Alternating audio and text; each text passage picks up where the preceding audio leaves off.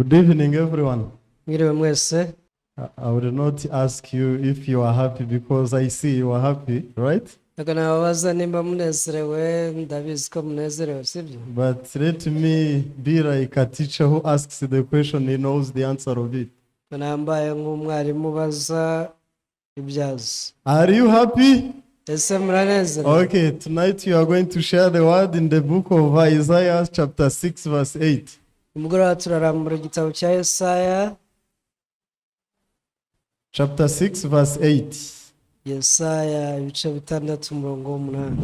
If you are there, we can read Isaiah chapter 6 verse 8. Mba mwageze dusome Yesaya ibice 6:8. Here Bible says, also I heard a voice of the Lord saying, whom shall I send, and who will go for us? Then I said, here I am, here am I, send me. Nuko ijwi ry'Umwami Imana riti ndatuma nde ninde watugendera, maze ndavuga nti ni jye bari gituma. Amen. The topic of the choir concert is in Colossians chapter 3. Insanganyamatsiko y'iki gitaramo iri mu Bakolosayi ibice 3. But the message is not far from that. Ariko n'ubutumwa ngiye kubagezaho ntabwo butandukanye. I have preferred to read in this Isaiah chapter 6. Ariko nahisemo kubasomera umurongo wa Yesaya ibice 6. Even if I will be linking the verse with the Colossians chapter 3. N'umurongo insanganyamatsiko ndi busome. So this book of Isaiah chapter 6, it talks about salvation of Isaiah himself. Yesaya igice cya 6 avuga ku gakiza ka Yesaya ubwe. So when you start the chapter, it talks about how he was unclean, and then you see this verse saying he's ready now to be sent by God.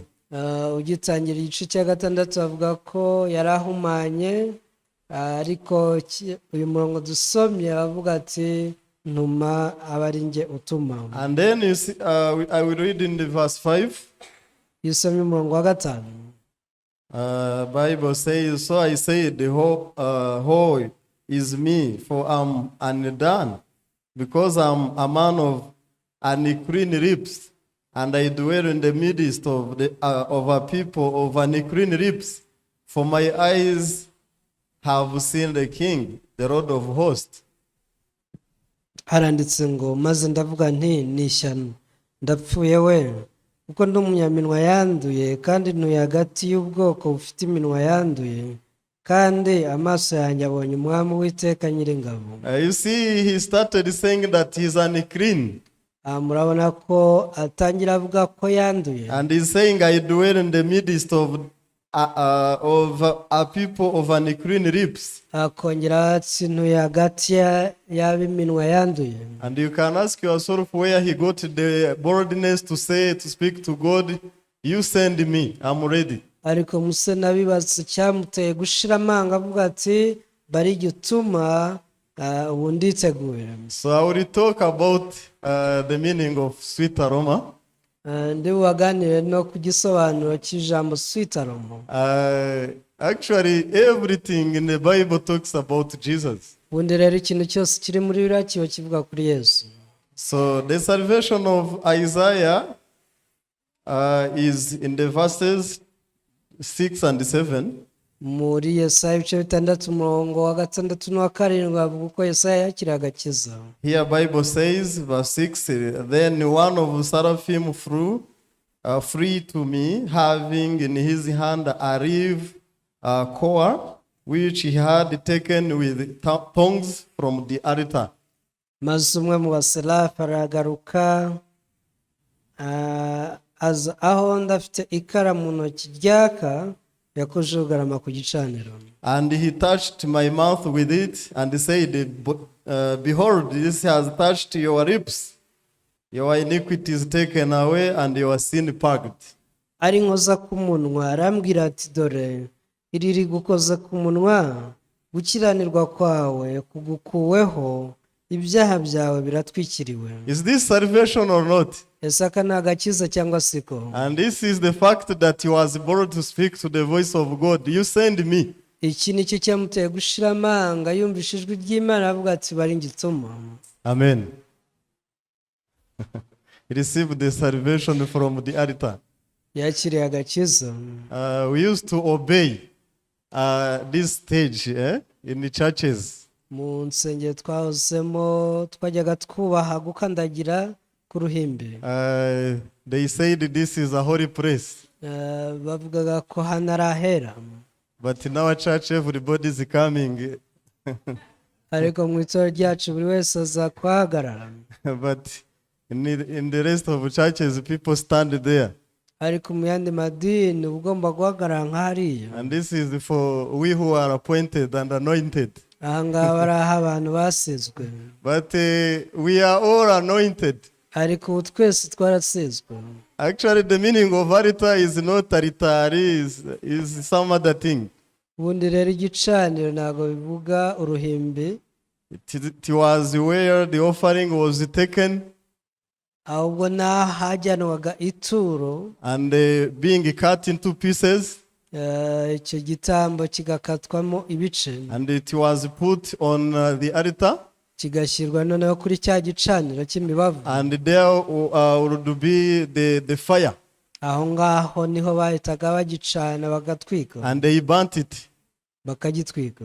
And then sweet aroma means the smell which came from this burnt offering to God. Sweet aroma rero ni umubavu cyangwa se ni impumuro yavaga mu gutwikwa kw'icyo gitambo, uwo mwotsi cyangwa se uwo mubavu uzamuka mu ijuru. So the priest was to wait until God is pleased with the aroma. Umutambyi rero yagombaga gutegereza kugeza igihe uwo mubabwe uhumura neza ugera ku Uwiteka. And when this aroma pleases God, it means the sin of this sinner is forgiven. Mu gihe umubabwe uhumuriye Uwiteka, bivuze ngo ibyaha by'uyu muntu byabaga bibabariwe.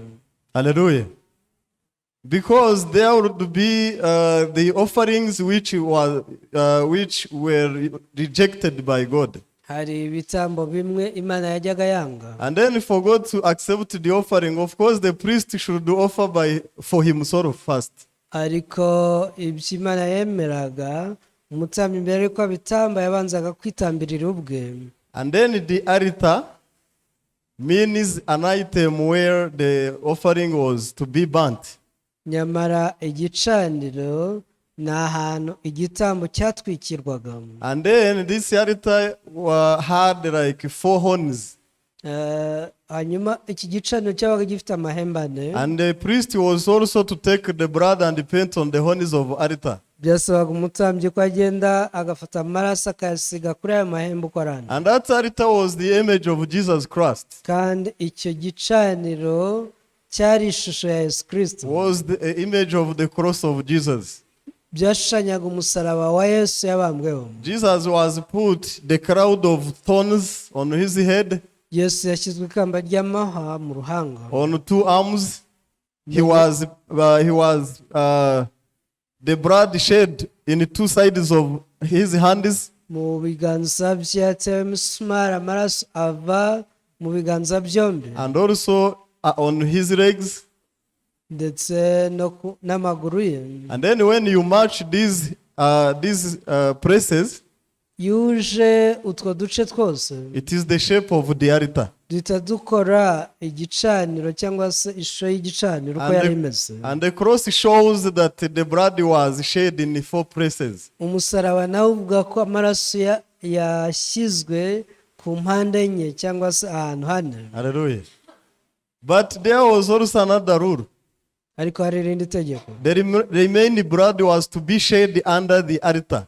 Amaraso yasigaye yagombaga kumenwa hasi munsi y'igicaniro. That's why someone took a spear and beat in the side of Jesus. Niyo mpamvu hari umuntu wafashe icyuma ritera Yesu mu rubavu. And then the blood shedded under the cross. Amaraso acumuka mu rubavu rwe akwira ku butaka. And that means the atonement. Ibyo rero byari bivuze ko habayeho igitambo gitambirwa ibyaha. You see this blood ayo maraso in Romans chapter 8, Yusomye Abaroma igice cy'umunani. Can you read it there? In Romans chapter 4, it talks about covering sin. Mu Baroma ibice 4 havuga ku gutwikira ibyaha.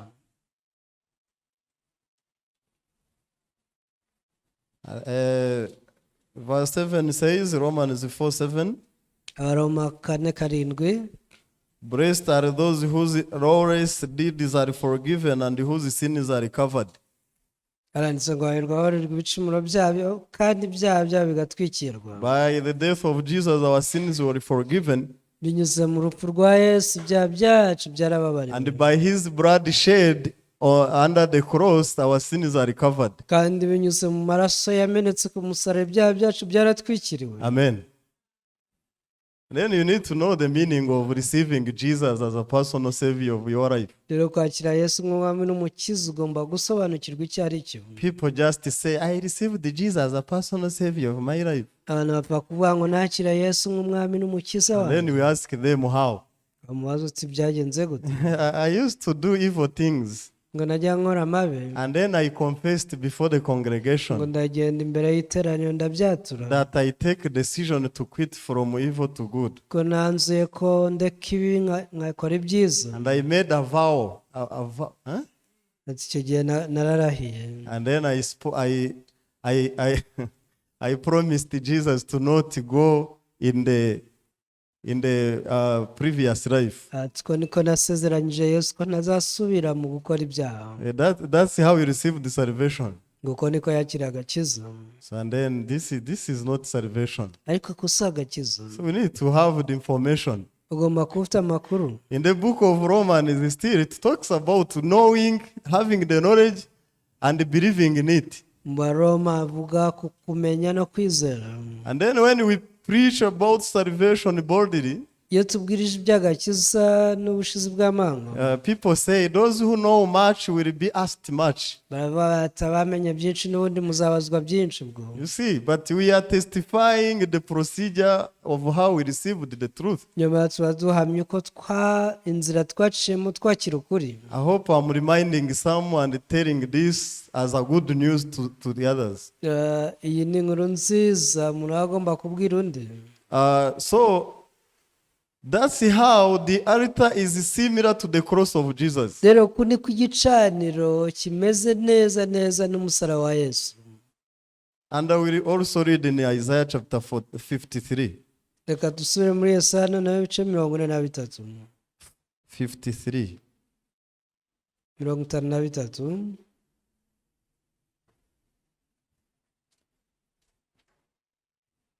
So, verse 5 says, Ngo gatanu ravuga ngo, but he was wounded for our transgressions, he was bruised for our iniquities, the chastisement for our peace was upon him, and by his stripes we are healed. nyamara ibicumuro byacu nibyo yacumitiwe, yashenjaguriwe gukiranirwa kwacu, igihano kiduhesha amahoro cyari kuri we, kandi imibyimba ye niyo adukirisha. You see, the chastisement for our peace was upon him. Ngo igihano kiduhesha amahoro cyari kuri we. So because Jesus made John the Baptist to receive the sin of the world, Kubera ko Yesu yatumye abantu mubatiza yakiriye ibyaha byacu binyuze muri Yohana umubatiza. so that day John the Baptist put his both hands to the head of Jesus. Uwo munsi nibwo Yohana umubatiza yarambitse ibiganza bye mu ruhanga rwa Yesu. And he stood on the behalf of the world and he put on the Lamb of God. Icyo gihe yabaye umutambyi mukuru uhagarariye abari mu isi bose, ashyira ibyaha ku mwana w'intama w'Imana. And then Jesus went to the cross to end this sin. Yesu Kristo yagiye ku musaraba kugira ngo arangize ibyaha. So verse 4 says, Umurongo wa 4 uravuga ngo, surely he was borne our griefs and he carried our sorrows, yet we esteemed him stricken, smitten by God and afflicted. ni ukuri intimba zacu nizo yishyizeho, imibabaro yacu niyo yikoreye, ariko twebwe twamutekereje nk'uwakubiswe n'Imana agacumitwa nayo, agahitamishwa n'imibabaro. You see how people thought differently from the truth. murabona uburyo abantu bigishwa ibitandukanye n'ukuri. You see, they saw Jesus being beaten. Babonye Yesu akubitwa. Like Simon came from a remote place and he saw Jesus carried the cross. Igihe kimwe Simoni yari avuye mu cyaro abona Yesu yikoreye umusaraba. Then he was approaching. Aramwegera. He didn't know what is happening. Yari azi ibyabaye. Even most of the people there didn't know why this man is carrying the cross. Na benshi ntibari bazi cyatumaga Yesu yikoreye umusaraba. Being beaten. Akubitwa. And this verse saying, surely he has borne our griefs and carried our sorrows, yet we esteemed him stricken. Urabona ni ukuri nimba zacu nizo yishyizeho, imibabaro yacu niyo yikoreye, ariko twebwe twamutekereje nk'uwakubiswe n'Imana. And then verse 5 says, but he was wounded for our transgressions. Niyo murongo wa 5 uvuga ngo nyamara ibicumuro byacu nibyo yacumitiwe. He was bruised for our iniquities. Ndetse yashenjaguriwe gukiranirwa kwacu. The chastisement for peace was upon him. N'igihano kiduhesha amahoro cyagiye kuri we. And by his stripes we were healed. Imibyimba ye niyo yadukirishije. You can see there are it's like 4 steps. Murabona ko harimo intambwe enye zose. And this happened to Jesus after he took our sin from the baptism. Ibi byose byabaye kuri Yesu amaze kwikorera ibyaha byacu binyuze muri Yohana Umubatiza. And the Bible says the heaven was opened. Bivuga ko uwo mwanya ijuru ryakingutse. Everyone, are you ready to enter? Ese mwese mwiteguye kwinjira muri iryo juru? That's why in the book of Hebrews 10 verse 19 says, niyo mpamvu Abaheburayo 10:19 havuga ngo we have the boldness to enter in the holiest. dufite ubushizi bw'amanga bwo kwinjizwa ahera cyane. Amen. And then for me sometimes I say, well, what else? Rimwe na ndavuga nubwo hasigaye iki? If I have the ticket of heaven, even if I just eat whatever I see. Nubwo nafata ibyo mbonye byose mu gihe mfite ikijyana mu ijuru. So actually we I don't know if I can say we owe the church something. Ubusanzwe hari ibyo tugomba itorero. So you see, I think there is no company which provides peace and happiness to big number of people like us. Nta kigo na kimwe gishobora guhesha abantu amahoro benshi cyane nk'uko tubikora. And you see the church? Iyo utegereje itorero. In the church we received much peace. Mu itorero twakiriye amahoro menshi cyane. And our souls were taken. Ibyaha byacu byarikorewe. I mean souls. Ndetse n'imibabaro yacu. So in Korea we were like 60 people gathered. 60,000 people. Muri Korea twari abantu 60,000 from 20 countries of the world. Bari bavuye mu bihugu 20. And then many were Indians. Abenshi barabahinde. So actually we thought Indians do not believe in Jesus. Twatekerezaga ko abahinde batizera Yesu. But I was surprised one Indian rebuked someone who spoke something wrong. Ariko natunguwe no kubona umuhinde ari gucyaha umuntu wavugaga amafuti. Someone was talking about IQ. Yamavuga ngo bya IQ. He was listing the countries of the world which are very intelligent. Ngo ashyira kuri list ibihugu ngo bifite abanyabwenge. And then this Indian spoke to him, we all live by the grace of God. Mwenda ati twese kitubesheje n'ubuntu bw'Imana. He said this Indian is very spiritual.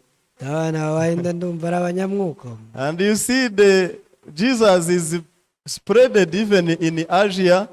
Yesu yamaze gukwirakwira no muri Aziya yose. And you see the good news is spreaded to the corners of the world. Kandi inkuru nziza ikomeza gukwirakwizwa mu nguni enye z'isi yose. And I could see many people happy in the camp. Nagiye mbona uburyo abantu benshi banezerewe. I was with someone who have the company of mining. Nandi kumwe n'umuntu umwe ufite ikigo gikora ibyo bucukuzi bw'amabuye y'agaciro. He was not happy with the big money, but he took the plane to be happy by receiving the word of God every day. Ntabwo yaranezerewe kubera amafaranga menshi, ahubwo yafashe indege kugira ngo anezezwe no kwakira ijambo ry'Imana. So in this book of Hebrews 10:19, Mu Baheburayo igice cya 10 rero it talks about the boldness we get after knowing the truth. havuga ubushizi bw'amanga twakira tumaze kumenya ukuri. And then as Isaiah spoke to the voice of the Lord, kandi nk'uko Yesaya yavuze yikiriza ijwi ry'Uwiteka, he said, "Here am I, yaravuze ngo ndi hano, send me." bari ngituma. And the book of Ephesians 4:16, Mu Efeso ibice 4 umurongo wa 16 it talks about the parts of the body, the parts which makes the body which is the church. havuga ibice bigize umubiri ari ryo torero. So, and then in the church, you are the part of its body. Rero nawe uri igice kigize cyangwa se urugingo rw'itorero. And then you can belong to the choir serving the church. Ushobora kuba muri korari ukorera itorero. You can be an evangelist. Ushobora kuba uri umuvugabutumwa. And these ones are using the camera and even managing the sound. Nk'aba bari gufata amashusho, abandi bari kwita ku majwi. And I have the information, maybe there are some other who are preparing the refreshment. Numvise ko hari n'abandi bashobora kuba bari bategura icyo muri bufate. Hallelujah. And we are all the parts which are united to serve the body. Twese rero turi ingingo zahujwe kugira zikora umubiri umwe. Let's read in Ephesians 4:16. Reka dusome Abefeso 4:16.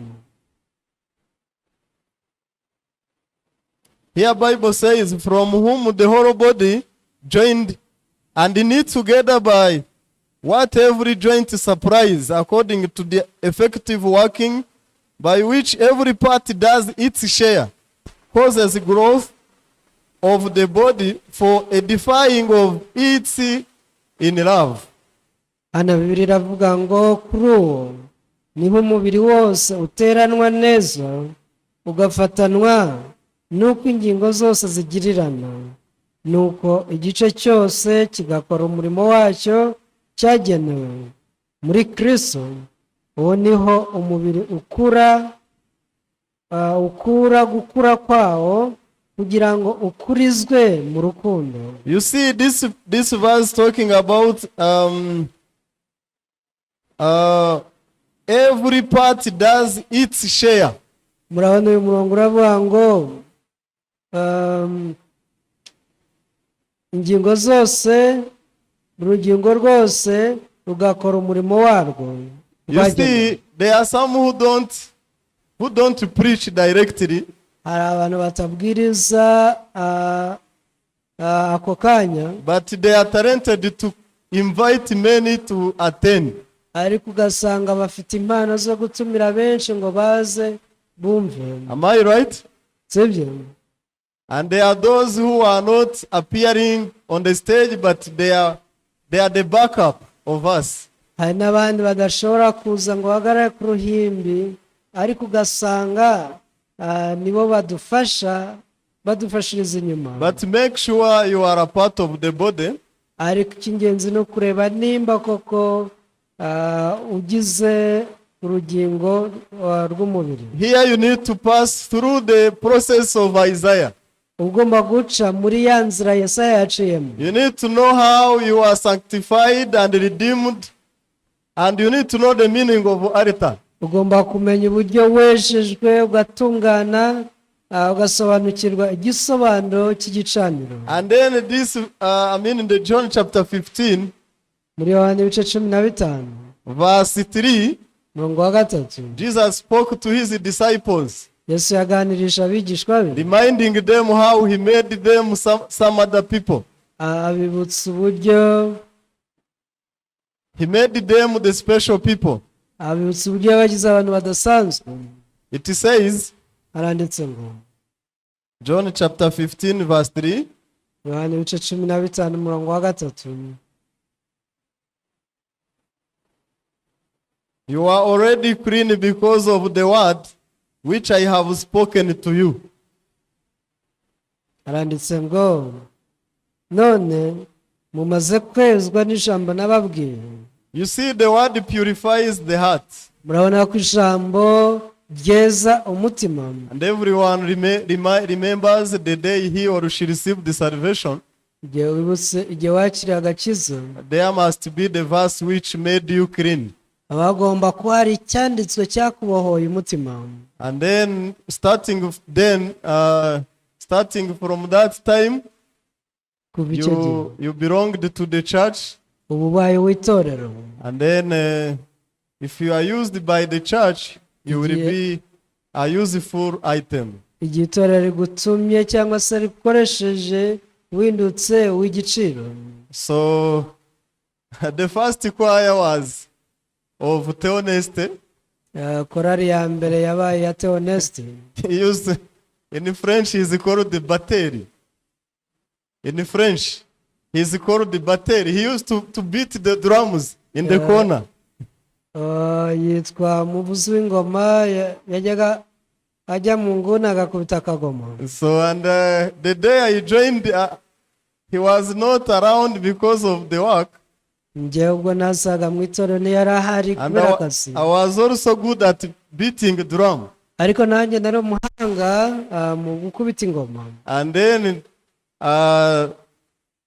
and they are used by God for the other purpose, and the choir also, modern choir is now helping us. Ubu ngubu bari gukoreshwa mu yindi mirimo, ariko ubu korari igezweho nayo iri kudufasha. And then I remember the day this piano was bought. Njya nibuka igihe Santizari yaje. I remember we spoke to pastor, we are tired of the drums. Twabwiye umushumba tuti rwose gukubita utugoma biraturambiye. And now I'm sure that the choir is developing themselves. Ndabizi ko ubu korari igenda irushaho gutera imbere. They will be actually they will be serving the church in a modern way better than today. Niringira ko bazakomeza gukorera itorero mu buryo bwiza bugezweho kuruta ubw'uyu munsi. But as the topic says, ariko nk'uko insanganyamatsiko y'uyu munsi ivuga, the book of Colossians, everybody in whatever task you are doing, mu Bakolosayi hagaragaza ko buri wese umwanya yaba arimo, you need to live with this spirit, ujye ubana n'uyu mutima, that you are not serving man, udakorera umwana w'umuntu, and you are serving him. ahubwo ukorera Imana. And then when you know this, you will not boast yourself. Ibintu bimenya ntabwo uzishyira hejuru cyangwa wirarire. And you will not be tired. Nta nubwo uzarambirwa. Because the reward is there actually. Kubera ko hariho ingororano. If Colossians 3, Kolosayi ibice 23. Ngoma 23. Bible says, Bibiliya avuga ngo, and whatever you do, Colossians chapter 3 verse 23. Kolosayi ibice 3:23. Bible says, Bibiliya agira iti, and whatever you do, do it heartily as to the Lord and not to the men.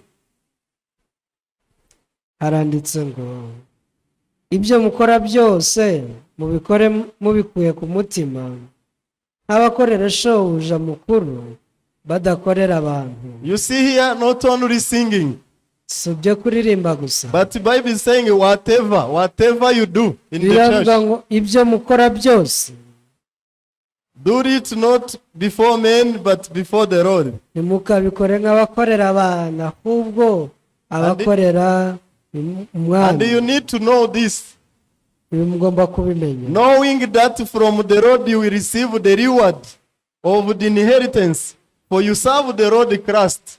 ngomba kuba muzi yuko muzagororerwa nawe muhawe wa murage, kuko mukorera sobuja mukuru Kristo. Amen. I think nobody can hesitate to serve the church Ntekereza ko ntawashidikanya gukorera itorero by believing this fact. aramutse yizeye iki cyanditswe, You can freely serve the church with your strength. wakorera itorero n'imbaraga zawe zose, And knowing the reward is there. kandi waba wizera ko ufite ingororano. For you serve the Lord Christ. Kubera ko uri gukorera umwami Yesu, We go back, knowing that from the Lord you will receive the reward of the inheritance. muzi yuko muzagororerwa nawe muhawe wa murage. One day I met my classmate. Umunsi umwe nahuye n'umuntu twiganye, He asked me, are you still serving Koreans? arambaza ati wowe uracyakorera abakoreya? I said no. ndavuga nti hoya. He answered, yeah, sure. ati ni byiza. I heard you voluntarily serve. ati numvise ko ari ugukorera ubushake, And you need to move around and you work for money. ati uba ugomba kugenda rwose ugakorera amafaranga. But in my heart I knew the truth. Umutima wanjye nari nzi ukuri. It was after I met this verse. Nari maze gusoma iki cyanditswe. I said no, I'm serving the Lord. ndavuga ni njye nkorera umwami Yesu. And there is one parent here hari umubyeyi umwe hano who's a child of her said, umwana we ajya avuga ngo, yaravuze ngo, at home we say that our mom is taken by Koreans. ati mu rugo tuvuga ko mama abakoreya bamutwaye. But actually, of course, there is no difference. We are all Christian in Christ. nyamara nta tandukaniro hagati yacu ko twese turi umwe muri Kristo. But there are some who are shaken and deceived. ariko hari abantu ibyo bigusha. So the truth is that we are serving the Lord. nyamara ukuri ni uko dukorera umwami Yesu. But sometimes Satan deceives you. ariko hari igihe Satani agushuka. There is another funny story. hari indi nkuru ishekeje. I came with one brother to post the posters in town. nazanye n'umuntu umwe tugenda tumanika impapuro z'ubutumire mu mujyi. I told him, let's go to the church, we have some other work afternoon. n'abandi reka tujye ku itorero. And then he answered me, arambwira ati, so where shall I take the dinner? ati ubwo ndafatira ifunguro rya nijoro. Am I going to the sector to eat there?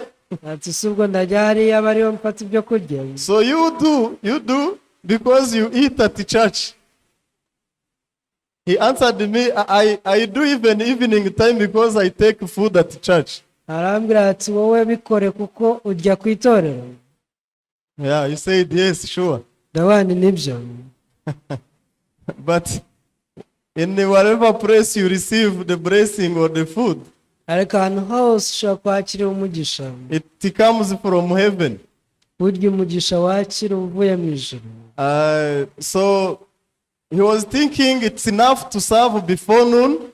yatekerezaga ko bihagije kuba hari ibyo yakoze mbere ya saa sita. But because he doesn't eat at the church, ariko kubera ko adafite amafunguro ku itorero, let him go. avuga ati reka nigendere. But God blessed him. ariko Imana yamuhaye umugisha. He's no longer praying for food. He's now rich. He has no issue of eating. ubu nta gisengera ibyo kurya, nta kibazo cy'ibiryo kigira. I heard that he works for like 6 million in a term. numvise ko ashobora gukora nka miliyoni 6 mu gihembwe. By that time he was worried by food. ariko icyo gihe yabaga ahangayikishijwe n'ibiryo. There are some people around who tell you, there are some who used to even to say, hey, you are in that church. hari abajya bakubwira bati se uracyaba muri rya torero. And remember, you have no premises. Maybe those who the missionary will go and you will stay in shame. wibuke ko nta n'ahantu uhagaze rwose ushobora kuzakorwa n'isoni. But I think that's not a deceit. It's no longer deceit. ariko ntekereza ko ibyo atari byo. Because God blessed us and we have a big land. Imana yaduhaye umugisha, dufite n'ubutaka bunini cyane. But there was many deceit and rumors to shake us to not be bold to serve the ariko Lord. hagiye habaho ibihuha byinshi cyane n'imvugo nyinshi zo kutuhungabanya kugira ngo twe gukorera umwami Yesu. And there are some other who were disappointed by reducing the volume of the microphone while he is singing. Hari n'abagizweho ingaruka nuko bagabanyije volume ya za mikrofone. And then for that small issue someone stops. Ako kantu konyine hariho kahagaritse gukora umurimo. But if we do whatever with this faith that we are serving the Lord, ariko icyo twakora cyose tugomba kuzirikana ko dukorera umwami Yesu, and expecting the reward, of course, kandi twiteze ko tuzagororerwa, we shall be bold and serve freely. icyo gihe tuzaba dushize amanga dukore twisanzuye. Even my elder brother advised me to not stay here. Mukuru wanjye nawe yangira inama ati rwose ibyo bintu ushatse wabivamo. He said the Koreans, you will not get the wealth. Arambwira ati mu bakora rwose ntuzatera imbere. But he changed his mind. Ariko nyuma yaje guhindura umutima we. I remember he took even microphone here. He asked for time. Ndibuka igihe kimwe yasabye akanya ngo agire icyo avuga. Once he came as a visitor here. Igihe kimwe yaje hano nk'umushyitsi. And he asked the microphone to say something. Yaka mikoro ngo agire icyo avuga. He said, I'm here to witness that your God is the Almighty. Ati hano unje kubatangariza ko namenye ko Imana yanyu ari ishobora byose. And even nowadays when he is to decide, he first calls me. Muri iyi minsi mbere kugira ngo afate umwanzuro abanza kumbaza. You are the spiritual man we have. Ati ni wowe munyamwuka dufite. Unfortunately, when he asks me something, I also ask. Gusa yambaje nanjye njya kubaza abandi. I first hear. Mutega amatwi. And then I tell him I'm very busy. I'm answering you after 1 hour. Ndacyahuse ntegereza mu isaha imwe ndagusubiza. Because in the church there is everything. Kurako mu itorero haba ibintu byose. Not me to quickly answer. I can even consult other people. Si ngombwa ko musubiza, nshobora kubanza nkabaza abandi. Amen.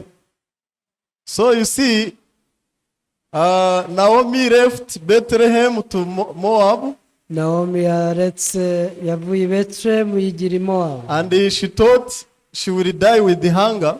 Yatekereza ko azahicirwa n'inzara. But Bethlehem means the house of bread. Nyamara Bethlehem aho yarari havuga ngo ni inzu y'imitsima. And people leave the church saying there is no vision. Usanga abantu bamwe bava mu itorero bati itorero nta cyerekezo rifite. But the vision is there. Nyamara icyerekezo kirahari. Pastor Jean-Pierre spent like 12 years. Shumba Jean-Pierre amaze imyaka 12. And me maybe 11. Njye amaze 11. We started having no suit. Twatangiye nta n'ikote tugira. But these days people say, hey, let me take a picture with you. Ariko uyu munsi hano baba batereka twifata agafoto turi kumwe. As long as you are serving the Lord, I'm very sure that everything is there. Mu gihe dukorera umwami Yesu ibintu byose biba bihari. And the heaven is open. Kandi ijuru rirakinguye. What you have to do is to take by force. Icyo tugomba gukora no kubifatisha imbaraga. But I give you the homework to know the meaning of taking by force. Ariko reka mbaho mukoro mugende musobanukirwa gufatisha imbaraga icyo bivuze. While we were in theology class, igihe twari mu ishuri rya theology, we had taking by force. batubwiye ibyo gufata ku mbaraga. And one fellow of mine took by force one cloth of the other. Umwe muri bagenzi banjye agenda afata imyenda y'undi ati nyitwaye ku mbaraga. And someone complained, this is my cloth. Umwe mugenzi we araza aravuga ati dore yantwariye imyenda. But he answered, we are taught to take by force. Aravuga ati ariko twigishijwe gufata ku mbaraga.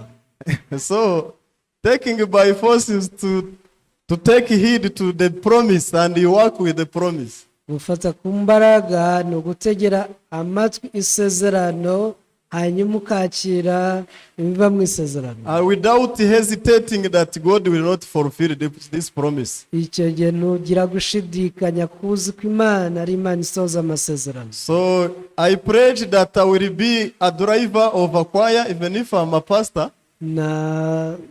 nahize umuhigo ko nzajya ntwara korari mu modoka nubwo ndi umushumba nkababera umushoferi. These days my hobby is playing football.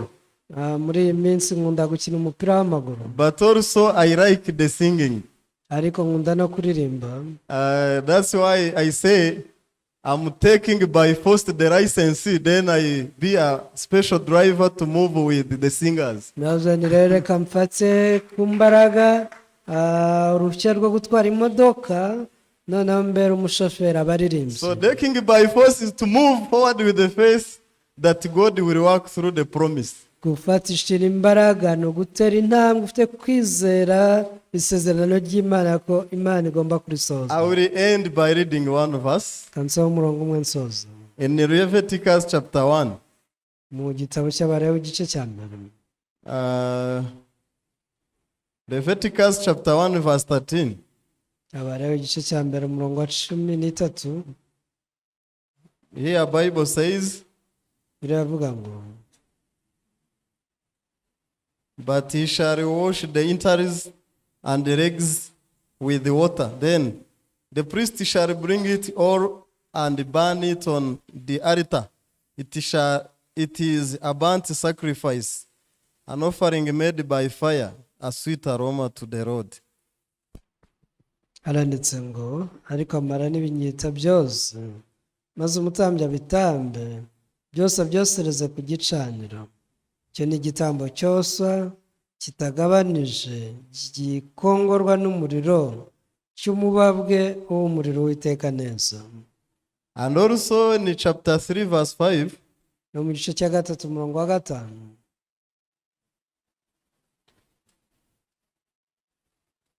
and Aaron's sons shall burn it on the altar upon the burnt sacrifice, which is on the wood that is on the fire, as an offering made by fire, a sweet aroma to the Lord. Bene Aroni babyosereze ku gicaniro hejuru y'igitambo cyoshejwe kitagabanije kiri ku nkwi zo ku muriro. Ibyo ni igitambo gikongorwa n'umuriro cy'umubabwe w'umuriro w'iteka neza. So all the things of the Bible resemble Jesus. Ibintu byose byo muri Bibiliya byari igicucu cya Yesu. You see the burnt offering, and then the smoke goes to God himself and become the sweet aroma to him. Igitambo cyokejwe cyajyaga gitwikwa kikazamura umubabwe uhumuriro w'iteka neza. I've said when God is pleased by this aroma, means the sin is no longer sin in the eyes of God. Hanyuma uwo mubabwe w'umuriro w'iteka neza iyo wageraga ku Mana yaranezerwaga, kandi icyo byabaga bivuze nuko umuntu ibyaha bye byabaga byababariwe. And now we are present, we praise God through the offering and the smoke, which is through Jesus and the Holy Spirit. Uyu munsi turanezerwa ndetse twanejeje Imana binyuze mu gitambo ndetse n'umubabwe w'umuriro w'iteka neza wavuye mu gitambo cya Yesu Kristo. And if you allow me, I will end in chapter in the Luke. In Matthew 25, muri Matayo 25, it talks about the wise virgins who stood before the groom with the lamp and the oil. Avuga ku by'abakobwa b'abanyabwenge batanu bahagaze imbere y'umukwe bafite amatabaza arimo amavuta. 25 verse 10. 25 umurongo wa 12. We shall read verse 8. 25 Matthew. Matayo 25. And the foolish said to the wise, give us some of your oil, for our lamps are going out. Dore kwa 8 abapfu babwira abanyabwenge bati nimuduhe ku mavuta yanyu kuko amatabaza yacu azima. And verse 10 says, and while they went to buy, the bridegroom came, and those who were ready went in with him to the wedding, and the door was shut. Ngo 10 bagiye kugura mukwe araza, bari biteguye binjirana nawe mu bukwe, urugi rurakingwa. And you see, by believing in Jesus Christ, we received the Holy Spirit. Iyo twizeye Yesu Kristo twakira mwuka wera. And now we are present to the Lord because of the offering which is Jesus and the Holy Spirit we have.